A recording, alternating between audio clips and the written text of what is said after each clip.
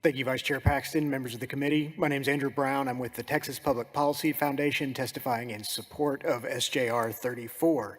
As has already been mentioned by Senator Hughes, this constitutional amendment would enshrine over 100 years of case law, safeguarding the rights that parents have in their relationships with their children. In fact, one of my favorite quotes is from the late Supreme Court Justice Sandra Day O'Connor, who famously wrote that the interest of parents in the care, custody, and control of their children is perhaps the oldest of the fundamental liberty interests recognized by this court. Specifically enumerating this right in our state's constitution will ensure its protection and aid in safeguarding the integrity of the family for generations to come. And although we colloquially refer to this set of rights as parental rights, I want to emphasize that it's the children of Texas who are the ultimate beneficiaries of the amendment created by SJR 34.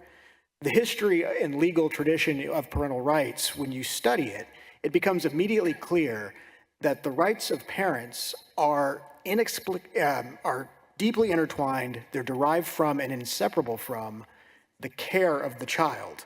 In fact, English philosopher John Locke said, "The parent-child relationship is a form of natural government, and the authority of the parent exists solely for the help, instruction, and preservation of their offspring."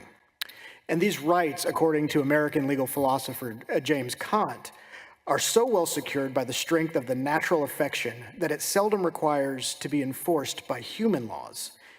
And this is not some Pollyannish notion. It's actually backed up by data over decades and centuries showing that children raised by their biological parents, especially those raised in intact families, have significantly better outcomes across all indicators of child well-being than peers raised by non-intact families.